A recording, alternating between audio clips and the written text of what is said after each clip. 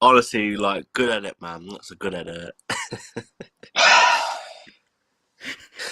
I knew City, you would like City, it. City. I knew you would like it. Champions League's not for Oh, everyone, man. is it? I'm afraid. No, You no, know what no, I no. mean? That's the thing. And once again, good morning, good afternoon, good evening, people from all around the world. You're Come on, back bro. again with Talk Football, and you are on with the Lounge, which is our episode 3, covering whatever happened during the week and talking about what just happened between you just seen it. And yeah, it's an interesting one, and I just thought I'll just do that edit this morning and just share it on stream so that Dan can have a little bit of smile because we are not in the Champions League and we can have a bit of laugh as well, isn't it? It, dude, we said it, didn't we, on our first episode of the Lounge, Yeah. that the result that City got wasn't a good one. No. That they should be disappointed coming away from that game. Now, it doesn't necessarily mean that they lost that game in that leg, but the way that they approached the game should have changed. They allowed the game to be the way that they took it against Atletico Madrid, that they defended it really well, they nullified the game, potentially even made it boring at times, to be totally honest with you. And when they scored that goal, when Mahrez scored in the second half, everyone thought that was it. It's over, it's dead, it's a Pep Guardiola masterclass. But there's one thing that everyone forgets, that it ain't over until the game's over, is it? Exactly. The match right. isn't over. De Bruyne may not have been playing the greatest game, but when your head isn't fully focused on winning this match and you're thinking about playing Newcastle at the weekend, those changes shouldn't have happened. I don't No. really understand why Pep made the changes that he needed to change. You've I made don't your get it team either. weaker. I know no one could have predicted 2 goals in the last 2 minutes, but this is the Champions League, and today, on the anniversary of the greatest game ever to have been played in the Champions League, 3 years since those 4 goals went in at Anfield, that should serve as a reminder for every single club going forever. It isn't over until the final whistle's gone. Exactly right. And, and, Wow. and this is the thing, right? It's their mentality, isn't it? Yeah. They never gave up. I was shocked. I was like, what is happening? And to be fair, a 2-goal lead would have been enough on another day, to be honest. Like it would have really been enough. And it just ended up being not enough, It's they never gave up. And Rodrigo, that guy, bro, he scored that goal that took Chelsea into extra time. Another Carlo Ancelotti substitution. He comes in, scores 2 goals, again goes into extra time, and Benzema, the oil slayer, just like in the title, does The it oil again. slayer. It's true though, isn't it? It's been brought up, and it may sound cliche, but it's mentality. We talked about it on the last episode about Chelsea and their current form. That you can have all the talent in the world, but when you don't believe that something's going to happen, when that ounce of doubt enters their mind, which it did when Rodrigo scored, just look at the change in the body language of the Man City players. Yep. They were panicked. They were frightened. They defended deep. They didn't play the way that they normally played. They, at the start of the season, the fan base was talking about how deep their squad is and how brilliant it was.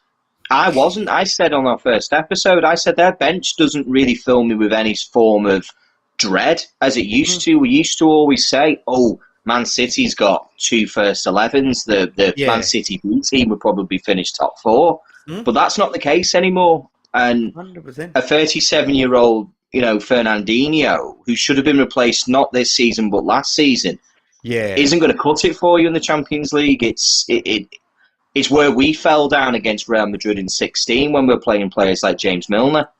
You need to replace your quality to go all the way, because a team like Real Madrid in the Santiago Bernabeu, they don't know when the game's over. They really don't. 100%. And I would have the same energy even if like a team like Bayern Munich played that semi-final, because Bayern Munich is also that sort of team, isn't it? With that heritage, with that mentality, Yeah. that never give up type of attitude. They're just relentless, isn't it? Yeah, Jamie. What was your thoughts on the game, bro? I mean, you know, you guys have pretty much took in some of my points I was gonna say, which is cool, and cool and that. Yeah. Now I was just gonna like just add on to that as well. Like, me experiencing like Pep firsthand at Bayern. I'll give you like one game for example. It was the Atletico Madrid game in 2016.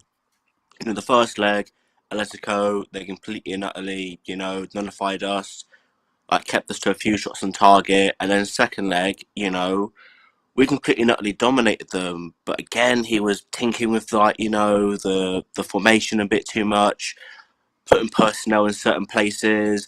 Our approach in the second half, it wasn't like all gun ho, and that it was very yeah, yeah. But like, you know what I mean? Like his approach just in that game was just awful second half. And as soon as they got that away goal, that was it for them. And of course there was two penalties, saved by Old Black and Neuer and that. But this is Pep, man. Do you know what I mean? This is Pep. What is it now? 6 semi-finals. He's like lost now. Do you know what I mean? The most ever in Champions League history. You know what I mean? It's not and a record that anyone would want. No. Exactly, Dan. And ultimately, certain Man City fans, you know what I mean, on the big socials, you know who they are. They're trying to defend it by saying, "Oh, but it wasn't a bottle job to the 90th minute." I'm like, that's like me saying it wasn't. That's like me saying, "Oh, it wasn't a bottle job in '99 until like the 91st, 93rd minute." When Beckham and. Not Beckham, sorry. Sheringham and Solskjaer scored. That's a bottle job still. Do you know what I mean? Like, just take the L and just take it. You know what I mean? The silence from the City fans, man. It's just lovely. I mean, and you're right, I've got Jamie, a big because bottle of it's the City changes tears that here, and you're right, Jamie, because it's the changes that made the difference in the Bayern Munich game. Taking players off, taking some of the better players off when you got a very slender lead, a 1-0 lead. Okay, it was 2 on the aggregate scoreline, but it still isn't over. A lot can change in a football match, and for me, I would be very much pointing the finger at Jurgen Klopp if he'd taken that many players off our team to see out a game in that manner. And you have to start asking the question as to whether or not it is time to move on from Pep Guardiola, as frightening as that may sound, because he hasn't achieved anything more than what any other manager at that club has already achieved. They've already won the FA Cup and the Premier League and the League Cup under the other managers that they had. So when you recruited Pep Guardiola, the intention was to go on and win a Champions League. He's had just under £1 billion to do the job. wow, £983 million worth of signings. Some people will suggest that net spend isn't real, but it definitely is at Manchester City, as we all know that the money doesn't come from legitimate sources, apparently. Post-politics and that. I don't know. I don't know whether or not it would make sense for them to not renew his contract, to allow Pep to move to another club. Because it is a valid point, isn't it? Like even Jamie knows this full well. Just as soon as Pep left, they got Hansi Flick in, and Flick went on to win the Champions League, isn't it? And yeah, maybe that's something they need to do, or get rid of Pep. I'm not saying that he's done a bad job. In my eyes, he has not flopped. No. I don't get the idea where everybody keeps on saying, "Oh, he's a flop because he didn't win the Champions League." He's not a flop because he just didn't win the Champions League. How many Premier League titles has he won? How many other domestic trophies he's won? It's just before a matter 5 of years this season. Exactly, it's just a matter of he simply didn't cut it to make it to the Champions League final, and that's a testament on him. And also the team. The team needs to also take that responsibility and try and do whatever is best for the team, because Pep can also only take you so far at the end of the day, and the others, the team needs to rise up and do what is necessary as well. Yes, he might do things here and there, but at the end of the day, it's the players who are on that field. It's the players who needs to perform. You know, that gap, for an example, in the Champions League final last year, that wasn't Pep's doing. No. You know what I mean? Like, No. Chelsea only had one, maybe two realistic chances in that game. You know, and Pulisic just puts it wide. You know what I mean? That from that second chance. And Werner as well, don't forget, with that header. Werner as well on that header, 3 chances. And the third one, we actually, like, and one of those 3 chances, which was, one of them is the Kai Havertz one, we actually scored.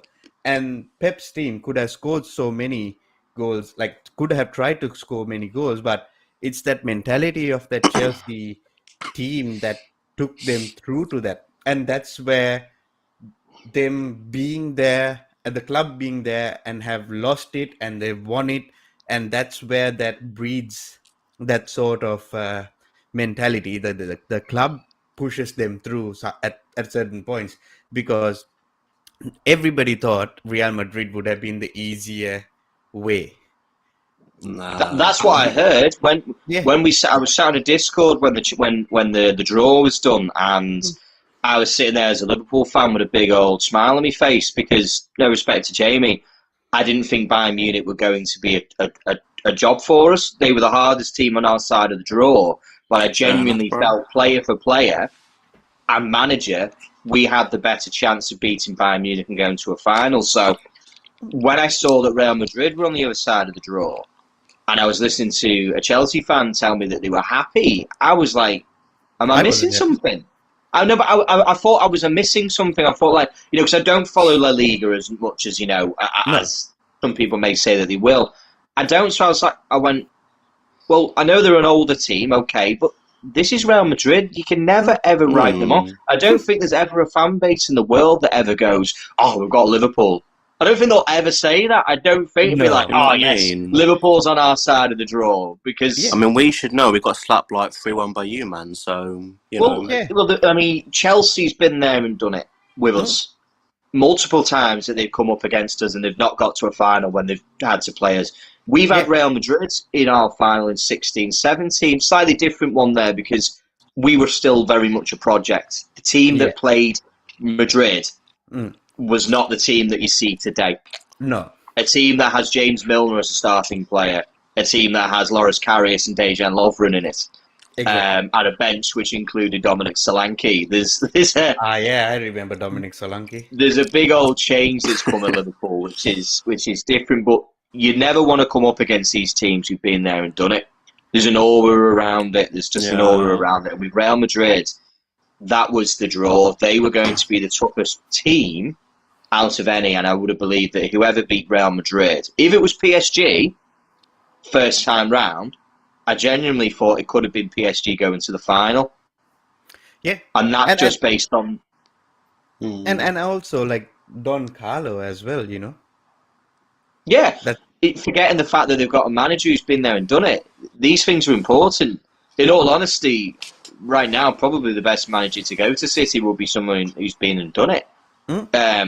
If that is the most important thing to City to win a Champions League, maybe it would make sense, because I think it's obvious this season that their intention for Manchester City was to win the Champions League.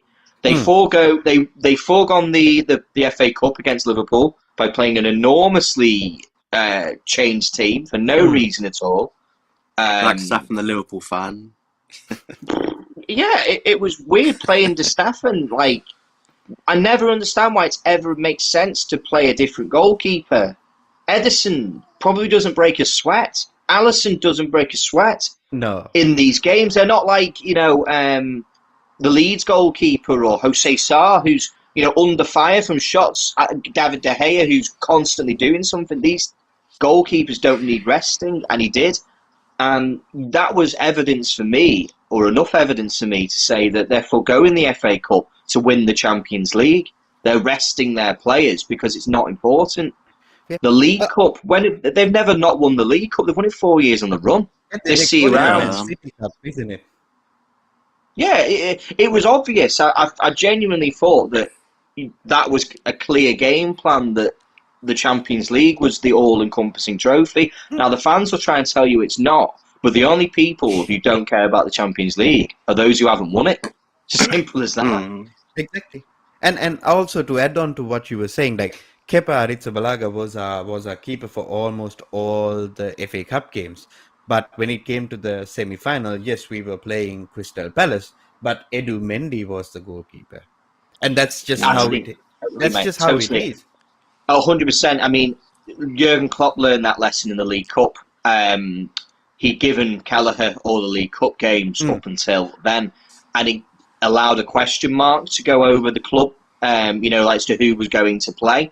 And he learned that lesson very quickly, because I believe he felt like he needed to play Kelleher in the League Cup final. Yeah. And I was very vocal about this. There's no room for sentiment in professional football. No. There's no room. You play your best team. If Takuma Minamino was more important to our League Cup run than Quivine Kelleher is, but we didn't play him. So you don't owe Kelleher anything.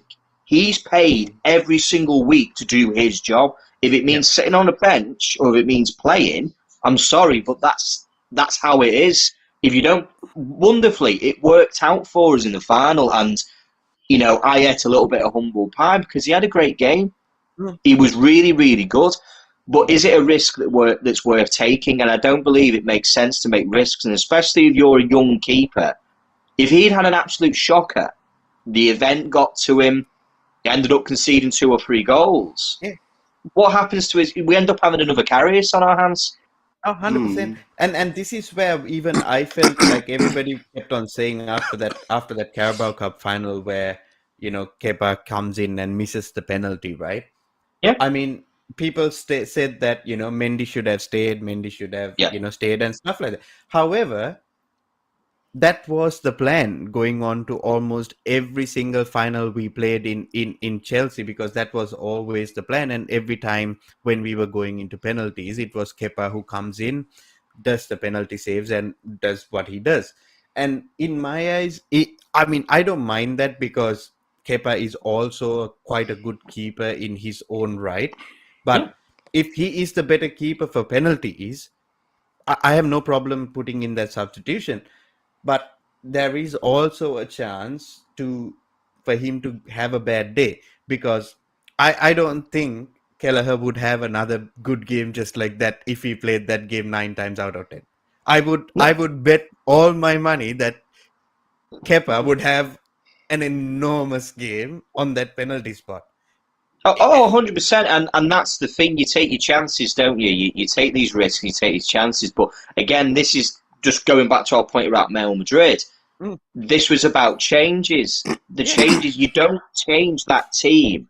Forget playing Newcastle on Sunday afternoon. You're playing your best team until the 96th minute against Real Madrid. And you don't allow these question marks to come in. The Kyle Walker situation was a madness in the first place. People can defend it and say, oh, but he had to play him.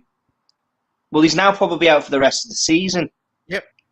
For what? For 65 minutes of football against Real Madrid, which eventually you lost. Exactly right. Whose fault is it that they've not signed somebody who is at least capable of covering that position? João Cancelo has a real problem with one-to-one marking. He has a genuine problem with being squared up. He's got a brilliant delivery of the ball. Fantastic. And I'm not saying he's not a great player, but he's not the same player that people were working him out to be at one point. Zinchenko, again, a player who seems to have hung around at City for a long time, but hasn't really seemed to have made any sense. He's in the background, he comes on for a bit, but everyone knows that when he's on, he's a very much lower level player than the rest of them that they have. The midfield situation, bringing Fernandinho on, I don't know. I saw him when he played in the FA Cup semi-final against Liverpool. He looks like an aged player. Yeah, he looks like his legs are gone, isn't it? Yeah. And is that what you really need? Someone who's going to be more of a hindrance? Ilkay Gundogan last season was up there, probably team of the year. This season, where's he gone? The thing is, he hasn't played much games as well, isn't it? Like, I haven't seen him play many games, to be honest. And maybe that's what's wrong. That's where maybe Gundogan has lost his touch a little bit. But this is where I criticize Pep. You know, he needs to take the responsibility, because at the end of the day, he needs to play his best team in order to qualify for the final, and then think about the weekend's game closer to the weekend, because Newcastle, even though they are in great form, you are Man City. Yeah. You probably can rotate, and he will probably rotate anyway. Why are you substituting players at these weird times? You shouldn't do it, and I don't get it, and that's where that mentality, that mental block. They lost to Lyon in a semi-final. I think the Tottenham. year before. Yeah, then lost to Tottenham. Monaco even. Monaco. There you go, Monaco, and maybe City just might actually have to let go of Pep for the greater good, maybe, because at the end of the day, if somebody sits there and tells me, "Nah, we are happy with winning the Premier League," that's fair enough. You know what I mean? It is fair enough on an argument's sake. Yep, you are happy to win the Premier League because it is also a difficult enough task. However, if you're trying so hard to win the Champions League, you got to be gutted. When you're sacrificing other trophies for it as well. Exactly. You sacrificed the FA Cup for it. Liverpool are going to a final now against, dare I say it, a Chelsea team who are out of form now. They're out of form. They're struggling. They're not the team that Liverpool played in the League Cup. I'm much more confident in playing Chelsea this time round than I was at the start of the season. Just by what's going on at the club. You forego those two smaller cups, shall we say, the League Cup and the FA Cup. But if you ask City fans now, would they have taken a draw tomorrow to still be in the Champions League final? 100%. I reckon they would, I think so. I reckon they would. I think so. I would. I would. Because also there's always next year for a Premier League, but there's no guarantee of a Champions League. Yeah, and also they got to keep in mind that Liverpool is also playing Tottenham, because you never know what sort of Tottenham would turn up as well. Oh, 100%. I mean, don't get me wrong. I know Tottenham don't do well at Anfield, famous last words, but they don't do well at our ground. They've lost a couple of players in quite key positions, injuries-wise, which is, a positive for Liverpool. We've got a fully fit squad. It's under the lights on a Saturday night, which is a bit weird. I'm not used to it's late of a game on a Saturday. So that will be an interesting one. But I don't see anything other than us winning. But the real question for City would be, would I rather be in the Champions League final and risk having a draw at the weekend? Exactly. And take that all day long. Take that all day long. 100%. However, Kyle Walker, even if they did go through, wouldn't be available for the doesn't look like he'd be available for the final, because the way he's gone off so quickly after coming back, it suggests that he ain't ready. He's not. We probably won't see him between now and the end of the season. Can I just add a quick point? Yeah, oh, sorry, Anthony. Can I just add a quick point to Pep Guardiola just real quick? Yeah, bro. I think ultimately Man City fans, need to realise that maybe this is the end of Pep at Man City, and I'm just being honest, mate. As much as I enjoyed the success he had at Bayern domestically, ultimately, you've heard players like PK and Messi come out in interviews and tidbits and say ultimately the team, it got tired, it got stale. He ended up clashing with a few players, and he even clashed with Fabregas, a new signing in his last season at Barca. So maybe, just maybe, because it takes a toll on Pep, and he's obsessed with football so much, he thinks about it 24/7. Maybe, just maybe, I'm not saying he's a bad manager and he's in decline, but when you stay at a club for as long as he has, 4 years at Barca, 3 years at Bayern, 6 going on to his last year of his contract, to 7 years at City, maybe it's time Man City fans just maybe accept the fact that maybe he's exhausted with all of this, all the success and all the burnout of, like, yeah. The other players. Yeah, I get it. I get what Yeah. you mean, bro. Because there is also talks that he is going to extend his contract up till like 2025 as well. Because Mm. Klopp did it, so he wants to extend it as well. So it's gonna be certainly an interesting time with Manchester City. And talking about interesting times, to be honest, Chelsea, we finally have owners. You My do. God. My God. Yeah, no more like driving a school bus to like games and that anymore. No, no, bro. Out. And this is the good thing. It's it's the best time possible for us to get this sort of news right now, because it's all like the club was going through a little bit of a bad patch. Performances were here and there, and all these things that were happening in the club.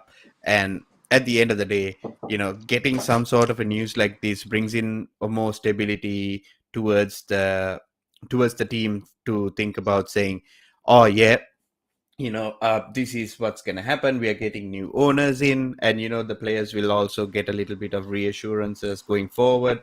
Like, it is a lot more.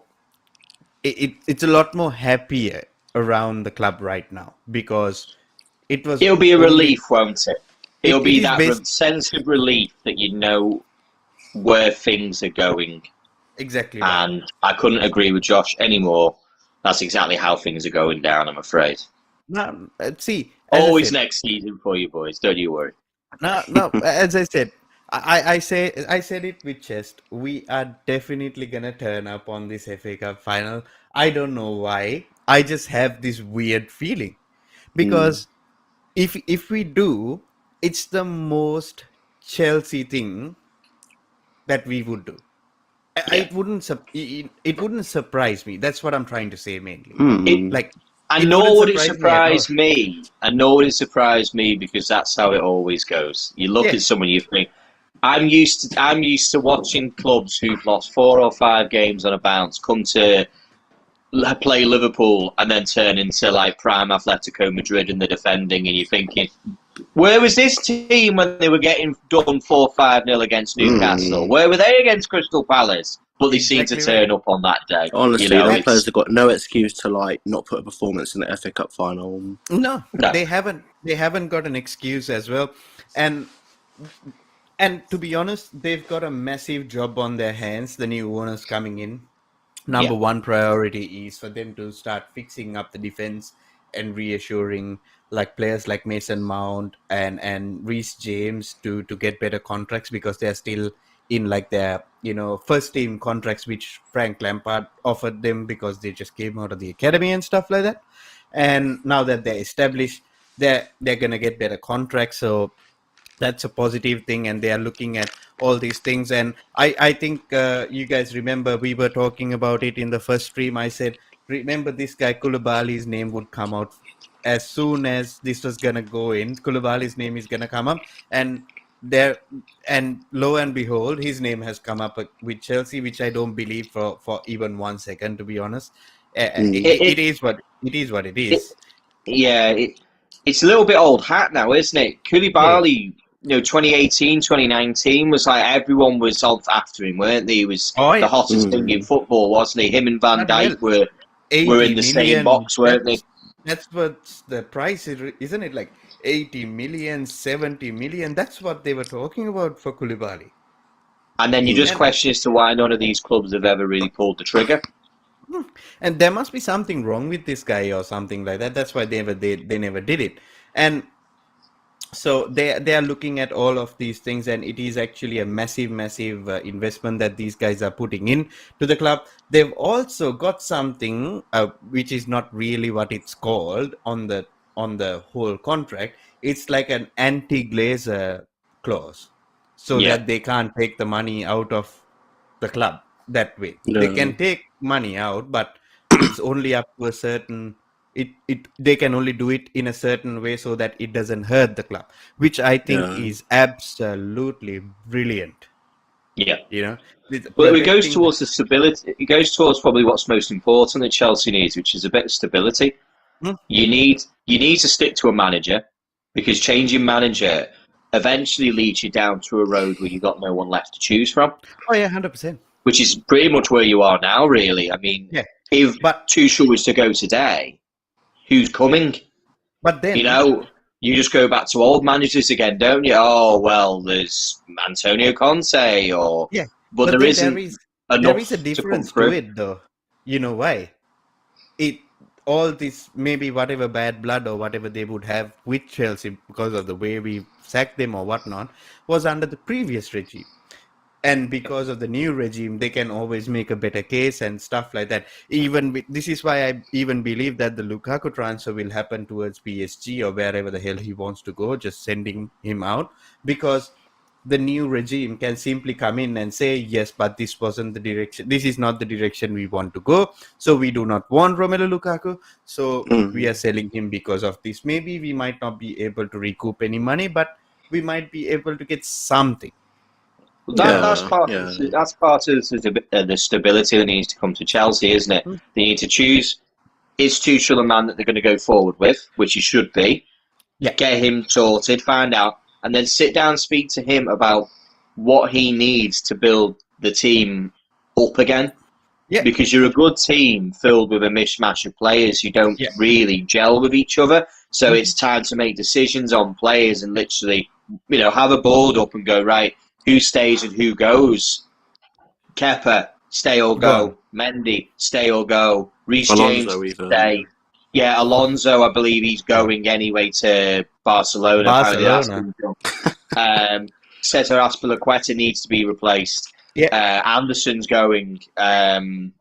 What's his face? Tony and Rudiger's already gone. But in physicality, he's gone. He is a Real Madrid player. What about Kante? He's in the last year of his contract, isn't he? Last year of his contract for Kante and Jorginho as well.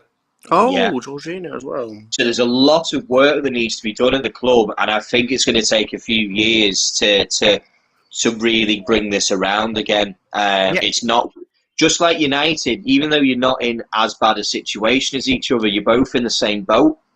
Chelsea's in a boat which needs a lot of players. You need a lot of players to replace. There's a lot of dead wood in the club who should perform, but you can't hold on to that like one time. United fans are guilty of this. Oh, but he did this great one time, or do you remember when he had this good run? There's no sentiment in football. No. Perform or get out. Exactly right.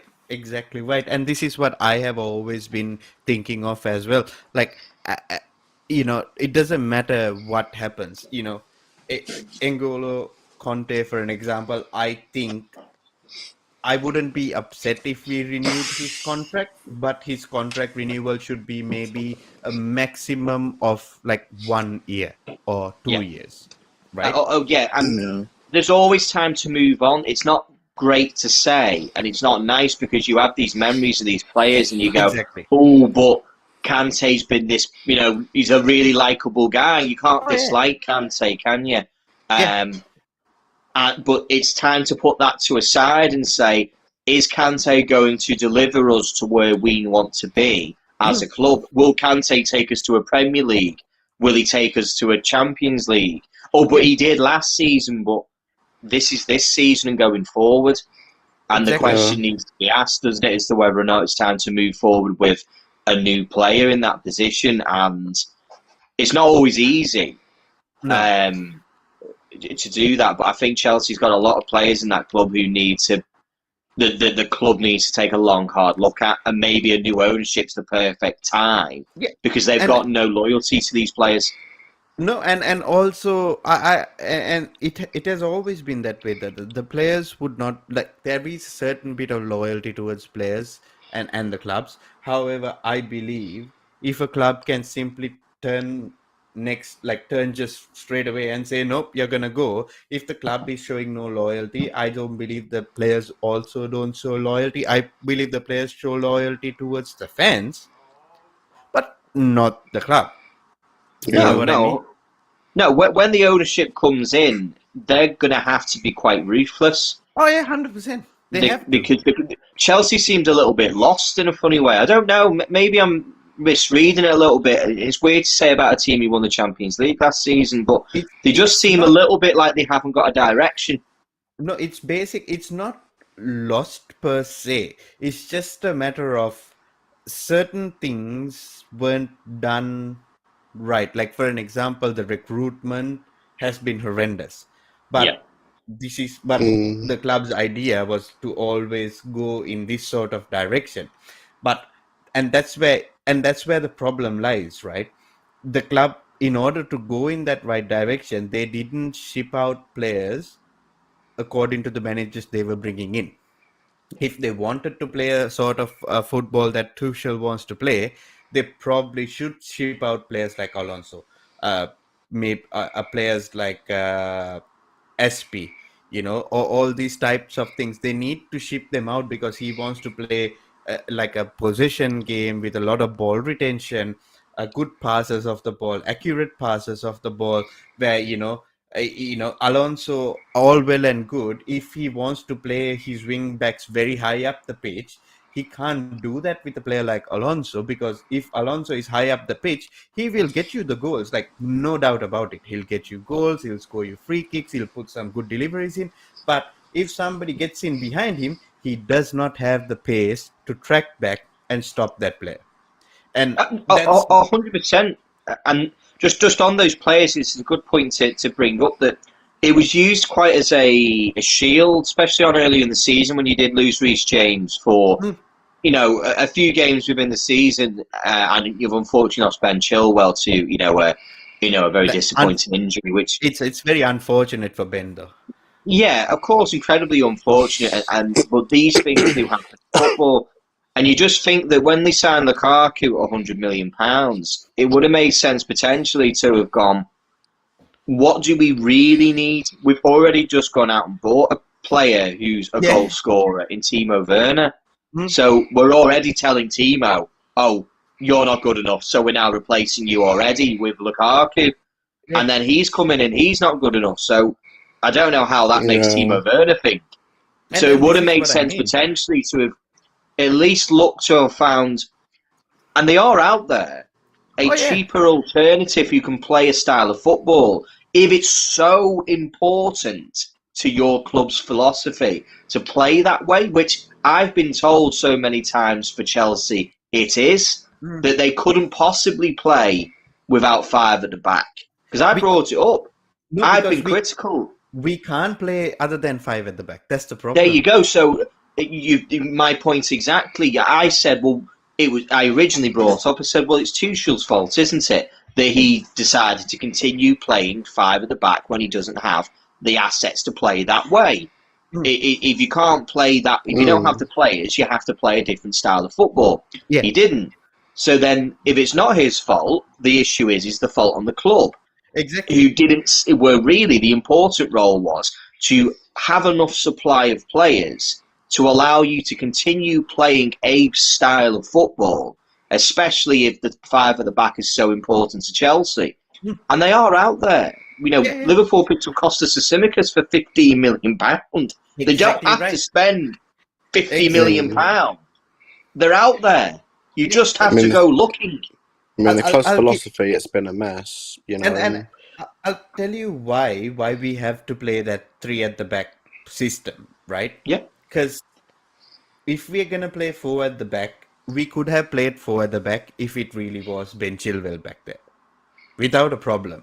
Because Ben can play three at the back as well as four at the back. No problem, because Ben had been playing that, you know what I mean? Yeah. Reece James, we have no problem. SP, we wouldn't have a problem as well, because SP has played both ways, right? Thiago Silva, we got to protect him, but he can play four at the back in some games he couldn't. Rudy can play, the defense would be okay, but the problem is these guys also have faults in them. The three at the back helps them to mask their faults. For an example, Marcos Alonso is not a left back.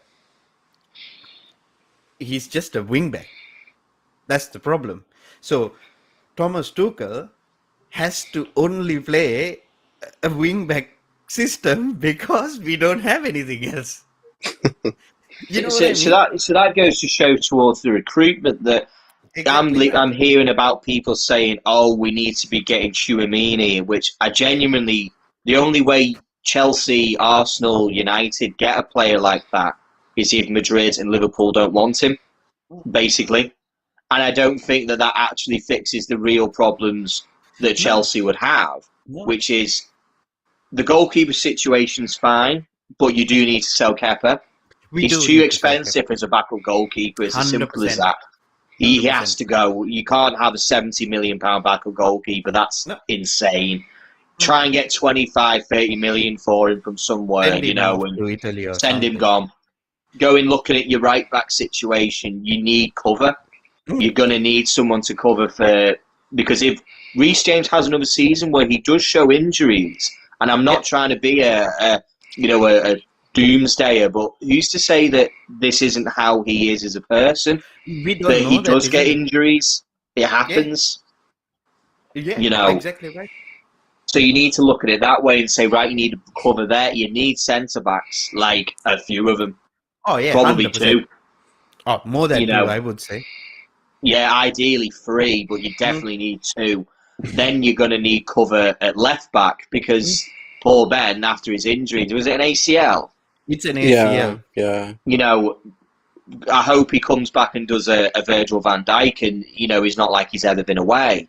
But who knows? We might not see the same Ben that left. Exactly. It's a big mental problem. You might see an Alex Oxlade-Chamberlain where that mental situation comes. I really hope that is not the case with Ben. No, I hope not. I think he's a very strong-minded player because he was left out earlier by Tuchel, and they played Alonso because Alonso was more specialized in that role, and Ben fought his way back into the team and played a very, very important part in winning the Champions League. It's the same thing that happened to him when he was left out of the England team. He was down and out, and he was having a little bit of difficulty. Trained hard, practiced, did everything right, and played his way into the team and played really well, and unfortunately got injured. So the problem here comes is either we need to help Ben by bringing in somebody as backup for him, or we recall Emerson and be in a situation to ask him, is he he probably would be good enough to play backup for Ben Chilwell because he's quick enough. Because the only thing we need is somebody who is actually quick enough and has a decent delivery on him, And Emerson Palmieri is not a bad delivery of the ball. He can defend, and he's quick enough, and he's quicker than Alonso. And the thing is he going to be happy playing as a backup to Ben Chilwell? And that's the main problem. You got to find players who are going to be happy sitting on that bench as well. And that's one of the most important things, isn't it? They're probably the most valuable players as well, those who are willing to become a squad player. Exactly. Someone like Kostas Tsimikas, first choice for Greece. He's a great player. Probably slots into 16, 17 teams as the first choice left back. He's quite happy to sit there on Liverpool's bench, and it's so important to have someone who's always ready. He stepped his levels up. His first season, his fitness wasn't there. I saw it. The guy looked shattered playing Liverpool's system, but fair play to him. He's come out and done what he's been asked to do, and he's not shied away and gone, "Oh, don't worry, I don't fancy any of this. I'm going to go and find an easier place to go and earn my money," kind of thing. And that's the question, isn't it? I think you'll find it. I think your midfield needs players. I think we've shown that. So you're in a very similar situation, but that to United has. There's a lot of players that need to come in, but now you've got a new ownership. This should be the path to to things becoming more stable at Chelsea and not being sort of like a rotational door where a new manager comes in, new players, and but nobody ever leaves. They just seem to stay. We still got players from Antonio Conte's season at Chelsea. That's just crazy to me. And at the end of the day, I believe one thing that we have over the other teams who are rebuilding is we have a very, very strong academy, and we have strong academy players who are actually performing in the Premier League. Yeah. And that's where we have that ability to bring these players in. Billy Gilmour, I just don't understand why Norwich won't play him. That's absolutely stupid. Billy is absolutely brilliant, and he would be happy to play as a second fiddle to the others. Look how important he would have been for us this season. If Kovacic, if we had to play Kovacic and we couldn't play Conte or Jorginho, Billy would have slotted in and played that Jorginho type role without a problem, because Billy is actually pretty smart. He's very, very good at what he does. He's only little, but Conte is little. You know what I mean? And that would be important for you to use those players that you've got available already to pad out your team at the end of the day, even if it is for one season. You don't need to make the big superstar signings. It would be sensible to make the important signings in positions where you really need a player, but to try and be clever and go, we're going to not make do, but we're going to have to give Billy a chance. We're going to have to give Connor a chance. Yep. We're going to have to trust them. Yep. And it won't always be great. They won't always be consistent, because that's what young players are. They're not consistent. But it would make sense to just have that stability by bringing in these lads who've got everything to prove at Chelsea, because they will. They'll want to prove that they should be here. They'll play the heart out for the club, and then the club can start building back stronger and, not break the bank almost immediately by going out making big gambles, because that's what it is. When you buy a player, it's a gamble, isn't it? You never know what you're going to get. It's a 90 million gamble. Will they have the pensions, though? Will the fans have the patience, though? That's the problem. They would have will there to be have expectations? No, bro, they would have to have it. I've already accepted it in my mind. I agree. I agree. I'm gonna be as patient as I can for the next 2 to 3 years, because I really believe that it might take us that long to have everything sorted out, to get a proper director of football in, to do what is necessary. And as you said, playing some of the academy boys who are already out there in the Premier League doing their thing, like for an example, Billy Gilmour coming back to do what he does best, just to help out on there, and maybe signing an extra midfielder wouldn't be a bad thing, and maybe selling off Jorginho and funding that to get that extra midfielder in would be good. But our main thing should be to strengthen that defense. And in that situation, if we have to let players like Christian Pulisic go, to let players like Hakim Ziyech go, to let players like Romelu Lukaku go, I am more than happy to sacrifice that. And if we do need another striker coming in, there is a striker out there who is actually performing in the Premier League, who came from our academy, and he is playing for Southampton. His name is Armando Broja. Get that boy in and play him with Kai. You've got to take that chance, haven't you? And the most important thing is, it's being consistent. Yeah. Christian Pulisic has not been consistent. No. Hakim Ziyech has not been consistent. Lukaku, anything but consistent. Anything but consistent. And that's the difference. This league, if you want to be there, if you want to be in with the conversation, consistency is key. Yeah. You need... If you have a team full of 7 out of 10s, will beat a team who once in a while gets an 8 or a 9. It just will. That's what's key. But no, great news for Chelsea. Massive news, especially for the fan base. There was a genuine concern that they could end up in some genuine problems. 100%. And this is what I mean. You getting players in like Armando Broja, you're not spending a lot of money on them. They're still from the academy. And you got players like Kai that can work around him. You got players like Mount who can work around him. I might actually give Timo Werner one more go, because he still does offer a lot more than the other 3 players that I mentioned before. And if he doesn't do it, maybe and ship him out as well. No sentiment here, to be honest. Then it's just to, and then you got 4 players who are up front, who is there for depth. Then you got then if you sell Jorginho just to recoup some money, maybe sign in a midfielder, and you'll have that midfielder who signs. You have Conor Gallagher who is coming in. Then you got N'Golo Conte who is there, Mateo Kovacic and Billy Gilmore. That is not a bad 5 players to have in midfield, to be honest.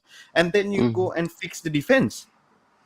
You still got Edouard Mendy, and if you don't want Edouard Mendy in the future, maybe that's something that we can look at next season, because if you prefer somebody who is a ball-playing goalkeeper, that's something you can look at later on, right? But you can pick up a ball-playing goalkeeper for maybe 10-15 million pounds anyway. You know what I mean? Goalkeepers like Alisson, that was spent a lot of money on, is very, very rare. Alisson is a rare find. Everybody knows about them. That's the thing. Like, there's no hidden secrets, there's no hidden gems in goalkeeping, is there? No. Everyone can see them. We all know who's the best and who's not. It's quite plain to see, isn't it? There's no hiding as a goalkeeper. If you have a bad game, everybody knows about it. Exactly. And I'm so happy about Edu, because Edu is a great shot stopper.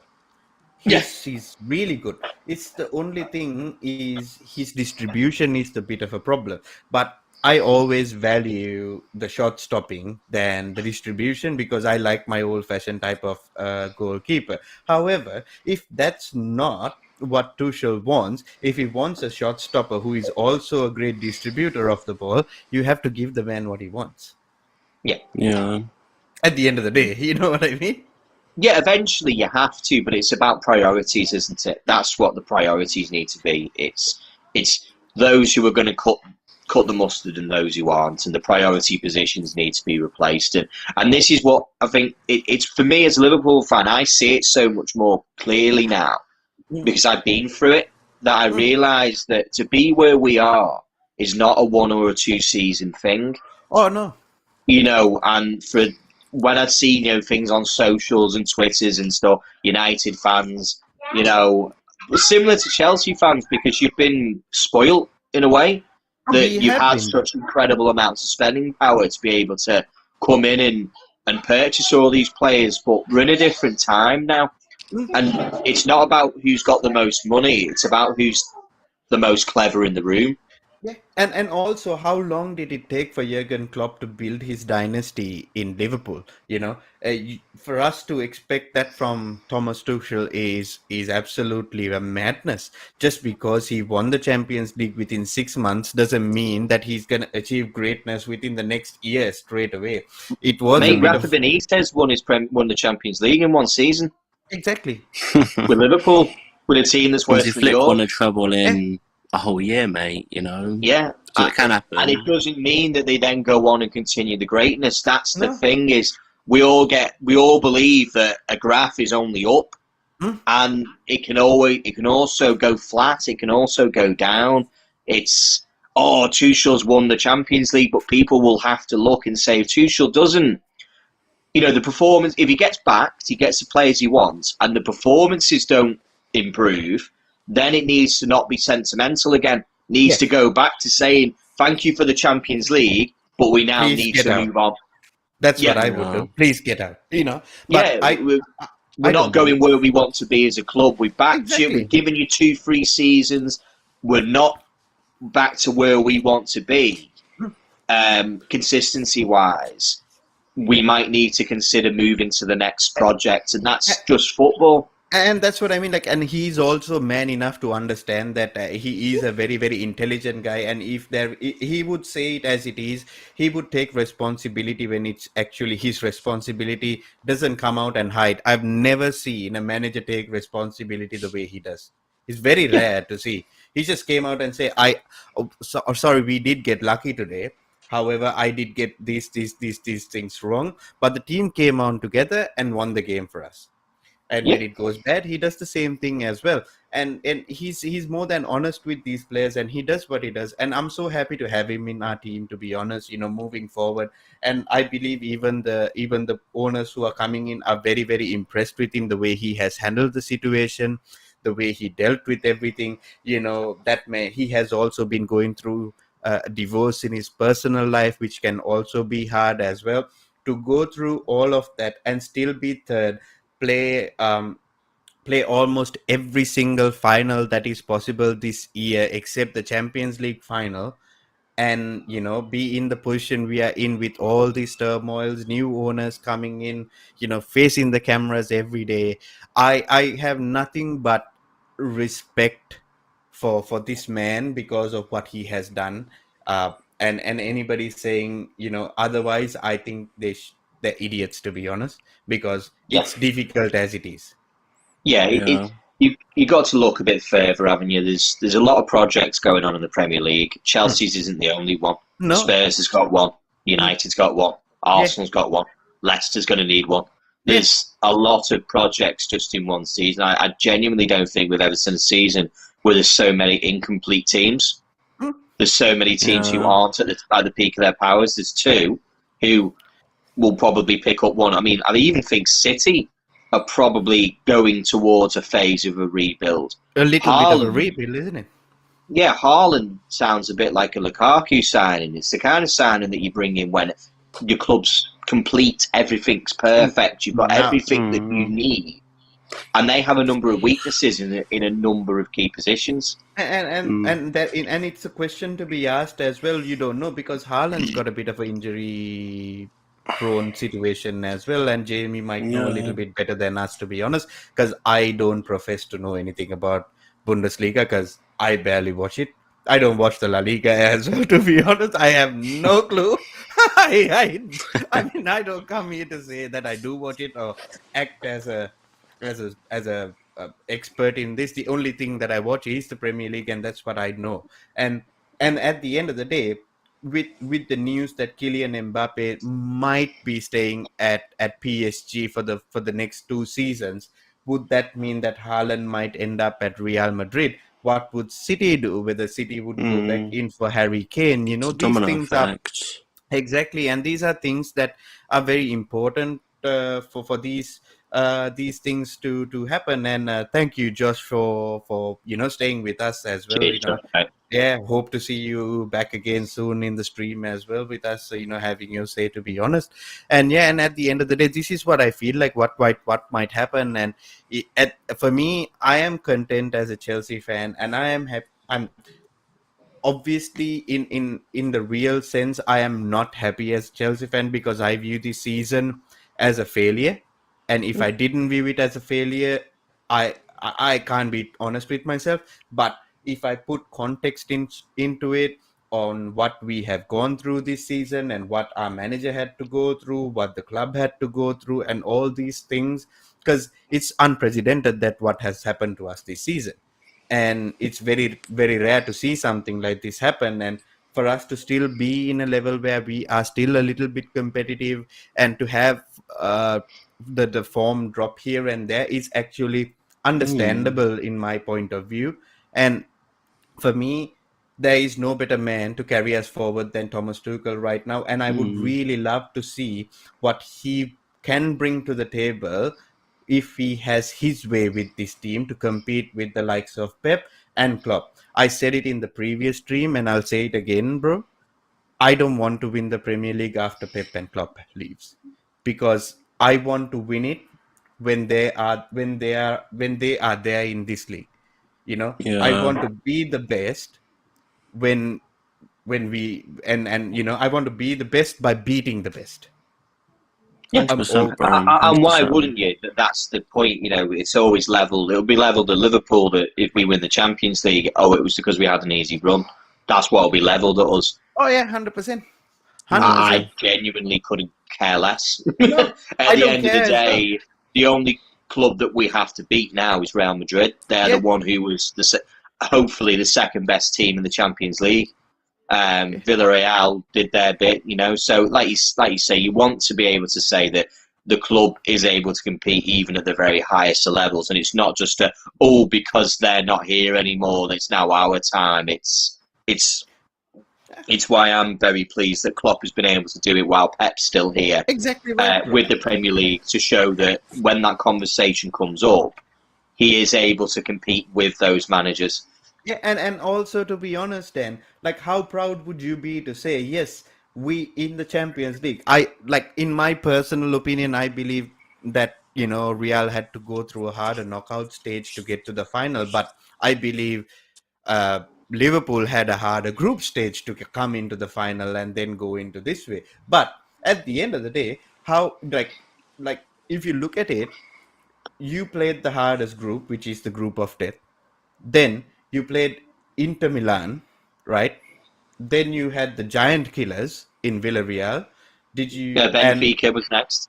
and Benfica as well? Benfica you could put in as a weird team, but they're pretty good in the Champions League, and they went into the Ajax stadium and won there, which was pretty brilliant as well. And then if you manage to beat Real Madrid, at the end of the day, this Real Madrid team beat Chelsea, who are the winners of the previous Champions League. You beat PSG, City. PSG, City. And how prestigious is that? Like for me, that's even a bigger compliment. And coming into Josh's comment, it's false in the way it just gave us false hope that we really shouldn't have got, to be honest. I think it was a reality check. It is a I reality think it was check. great to win it, but this season's been a reality check as to where the club is. Really is. Like, I'm not saying that, it was lucky, because it wasn't. You were the better team in the Champions League. But maybe, as I've used that analogy, on that kind of graph when a team is, there was perhaps that Chelsea were already further down the path than people thought they were. That you were at that peak, and you just peaked at the right time. The club was just at that point where the players were the right age. Kante still had the legs. A few things went the right way, but I think it was a reality check that the only thing that the club needed was £100 million Romelu Lukaku, and the good times will keep on rolling is a nonsense. It would have been interesting to see what would have happened if we did have a fully fit Ben Chilwell and also Reece James to play the whole season. It would have been interesting to see what would have happened. We don't know. But as I said, hindsight is very lucrative, and I don't like to look at hindsight. I'd like to deal in realities, and the reality is we weren't good enough. There's no point in the theoretical, is there? There's exactly right. Theoretically, if we had one player for this match or not player for this match, what would have happened? Well, you then got to throw it the other way when you play teams who've had injuries. Exactly right, bro. Exactly. And this is exactly my point when people bring up this stupid bloody thing called XG. I don't get it. What do you mean expected goals and expected assists? So you expect him to assist this much in the game, or is it expected goals for this game? So if the expected goals for this game was 1, but we scored 5, what does that mean? So we overperformed our XG. What the fuck does that mean, bro? It's our obsession context, with it's our obsession at the end of the day with statistics. We can get wrapped up in statistics, and it's become a bit of a cultural thing now, where people will use statistics to manipulate a situation. Chelsea are out of contention. I'm afraid there's only 2 teams for the Premier League. I would say so as well, Josh. I would agree with Dan. I wouldn't say that we might drop off the top 4. I don't know that. We might still be in the top 4, but we won't be challenging or anything of that sort. But there'll be a gulf of at least 12 points. Oh yeah, next season. This season's looking like it's going to end up being more than 15 points, which is enormous. It's a very big not good at all. leap. Which is not good at all. No, it's not good for anyone. It's not good for football. It shows inconsistency. But this is where I kind of go back to it. There's a number of projects that are happening, and there's going to be winners and losers. There's only 2 spots now available. I used to say there was only 1, but because of Chelsea's ownership change, there's 2 spots available for top 4. Ten Hag, Conte, Thomas Tuchel, one of them... And Mikel Arteta for the next 3 years. Mikel Arteta. There's 4 managers there. 2 of them are going to be deemed as failures next season. Yeah. Simple. They will. United will have credit in the bank because Ten Hag has only just come in, but that credit will only last so long. With It's Manchester the United. fan base, it's going to be difficult, isn't it? Yeah, there's a United element, a large United element, who genuinely believe they're only a couple of players away from going back to the top of the table. That's Genuinely, what you'll have them 100%. There's Arsenal fans who genuinely have them. Who believe that they're going to buy João Felix and Tchouaméni. Yeah, and this is what I mean. Like there is proof right in front of everybody's eyes who thinks that they're only two or three players away from contending or trying to win a league, right? And that proof is Chelsea Football Club, which is this season, right? And these teams who are thinking that they're only a couple of players away haven't won shit for the past 3 to 5 years. And we just came out of winning a Champions League and invested £100 million and still wasn't good enough.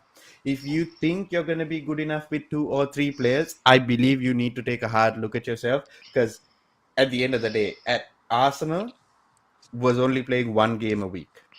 Yeah. If they do next season, it's going to be a bigger ass. It's going to be much bigger ass. Different, because at the end of the day, a lot of people would say, "Oh no, Reece James wasn't injured for long." Do people understand 3 to 4 weeks in this current climate that we played in the Premier League? In the Premier League, the way we played, midweek games, weekend games, all that. 3 weeks is like 9 to 10 games. Yeah. People don't get it. If these injuries come at the wrong times, it can massively affect your season, and this is why you need to have a full squad. It's not just your starting 11. This is what people forget. You can't win a league with a good starting 11. Liverpool tried. We had the best starting 11 in world football at one point.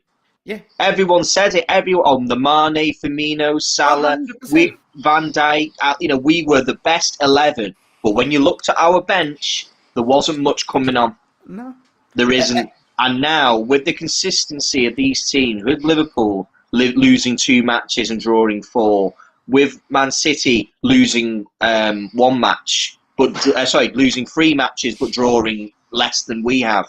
Yeah. It just goes to prove that you need the complete package.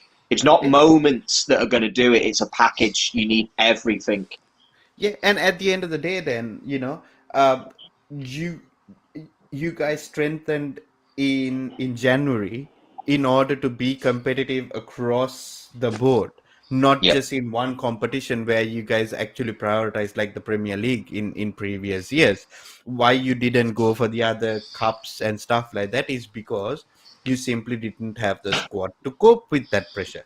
And it's simple as, and it's not a bad thing as well. Once you have the squad, you see Liverpool is competing in all fronts. And it's simple as, isn't it? And at the end of the day, I got to say this, you got to thank Tottenham Hotspur for saving your season.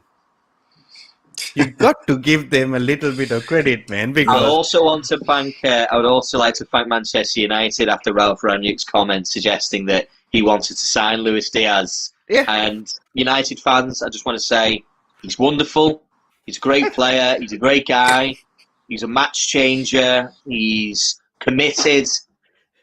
Just all round, I think he's an incredible player, and I don't know why you didn't want him. No. I don't know why. Why do you not want him? But listen, he's on a 5-year contract at Liverpool. His best years are going to be at our club. So you'll get to watch him twice a season when we play you. Oh, yeah, they can watch him, I had no worries at all about playing a different kind of red. You can look, but you can't touch United fans. This is it. But that's the thing, and Anthony, just to say before we finish, you hit the nail on the head. Liverpool were at least honest in realising that they didn't have a team that could compete on four fronts. We didn't. We didn't have a big enough squad. We didn't have a quality which is like City's had, a number of other clubs who were in better positions because they knew that the league wasn't in their capabilities, so they could go for an FA Cup. They could play a stronger team in the FA Cup and not sacrifice their league position or trying to win a title, but they also weren't playing in the Champions League week in, week out like Liverpool were, who have been to 3 finals in 5 years. They're all signposts to success when you can reach in finals, winning trophies and breaking records. And I honestly don't think anyone should think Liverpool are going anywhere. No, we're not going anywhere. And coming into your point as well, then, like, there is 4 teams fighting for 2 spots for the next foreseeable future. I would say I would actually like to add one more team to that, which is Newcastle. Who knows where they end up next season if they buy wisely? Do they start talking about 7th, 8th? Exactly. I believe they are very, very interested in coming into that spot where, they want to play Europe, and they are a massive club as well. And they got the fans and they got the spending power because they had Mike Ashley, who didn't want to spend at all, where they have enough money in reserves to spend it now. And if they start spending it wisely and do what they can, I don't think financial fair play will be a big of an issue. They can spend what they earn anyway, but they don't need to spend hundreds and hundreds of millions. It's a nonsense. If they buy wisely, they will improve. Yeah. If they buy a better goalkeeper, Dubravka at one point was a really good goalkeeper. I'm not genuinely impressed so much as he is now. Yeah, we're going to go in a minute, George. We're going forward with that. There are a number of players that they can sign, and they don't have to break the bank. No. And they're now 9th, 10th, mid-table after a really poor start to the season, of course. No team's ever been bottom of the league and then stayed up. But I will put the big asterisk, and I'm not going to sit out here and go, well done to them. No club has ever had that much money pumped into them at that stage of the season to get them to where they are. So they don't deserve a record for it. It's an asterisk of saying you did it, but you had every tool available to you to get you to that position. But next season, I think that they're going to be pushing for 8th, 7th or 8th. That will be their target. I think so as well, and I believe even if Graham Potter gets a better striker as well, they would do something. They would do, like, Brighton would be able to do something as well. I'm not saying they go into European spots and stuff like that, but would be able to cause some upsets here and there as well, because they have been doing that. Crystal Palace. Well, their club is on an upward trajectory. This is their most points they've ever had. Patrick Vieira at Crystal Palace is doing good things. If they make upward moves, there's not so much pressure from above because the standards are being set, but the real pressure for the traditional top 6 is from below. There's clubs who are coming up who, in the past, you'd have seen United playing Newcastle and you think, right, 6 points a season. Oh, easy. Chelsea were looking at 6 points a season. You'd look at Palace at 6 points a season. You'd look at Brighton at 6 points a season. But you soon start adding these clubs together. They're not going to lose every game to these big clubs. They're not. It's almost more likely that they'll get wins than it is that they will just lose all of their matches. You got to fight really hard to earn points in these games now. It's not as easy as everybody thinks it is, and that's why you need a very, very good squad, a fresh squad, because you're going to get more injuries next season as well, because these teams will fight tooth and nail for you as well. Like, I remember everybody writing Patrick Vieira off, but he's done bits. Just what I mean?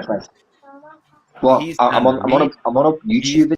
He's done really well this season, Patrick Vieira done, with the addition of Conor Gallagher, with the addition of Mark Guehi, Wilfred Zaha, and all these guys. It's very important to understand where Crystal Palace comes from as well. And there are many teams like that who would do really, really well, and that's something that I want to cover off maybe on another stream one day. Because I think it's very important, because I believe Burnley would be staying, Southampton would be staying, Brentford would be doing well, because Brentford are like giant killers, isn't it? And it's very important. Leicester won't be 11th next season. They will be trying to do something. And West Ham has done really well this season. Unfortunately, they are not going through, and it's a sad thing because we can't banter our Arsenal friends anymore. And it's just But the absolutely. question is do Rangers have a bigger European quality than Arsenal? That's the real question now. This is the real question. Are Rangers a bigger club? But there we are. There's a new Or Frankfurt, even if they win. There's a new question to ask. Even Frankfurt, yeah. And I think that brings us to the end of our show today. It was really enjoyable with you boys. Definitely. And thank you, Jamie, for coming on, and thank No you, worries, Dan, bro. for coming on as well. I think we should play our video and give a little bit of a tribute to Manchester City once more before we leave as well, and just show them once more what happened in the Champions League. And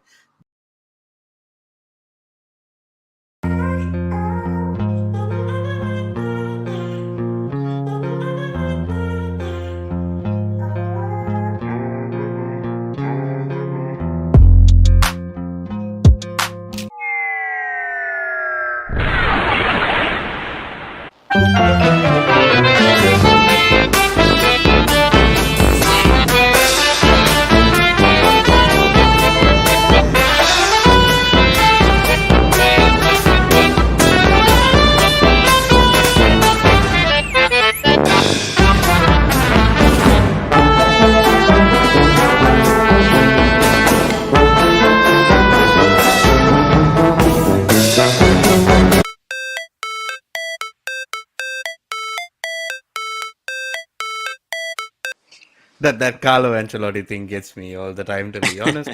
But yeah, that's all we have time for, folks, for tonight. Hope you guys enjoyed the Premier League football today, and maybe Dan and Jamie will link up later on Discord, and we'll do a little bit of a watch along. Hopefully I see you boys later on. Good luck for tonight against Tottenham, Dan. Thanks very much. And Jamie, always nice to see you, bro. I would love to You know too, bro. how you started supporting Bayern Munich one day. And I would love to understand how it came through as well. And maybe that's another thing that we do in the future, isn't it, with Dan? And Definitely. Anyway, like, long comment, and story. subscribe. Like, comment, and subscribe to our channel. And on the road to 100 subscribers. So yeah, it's been fun. And yeah, let's see. Anyways, boys, see you. Good night. See you and later, God bless. guys. Thank you. Cheers. See you, mate.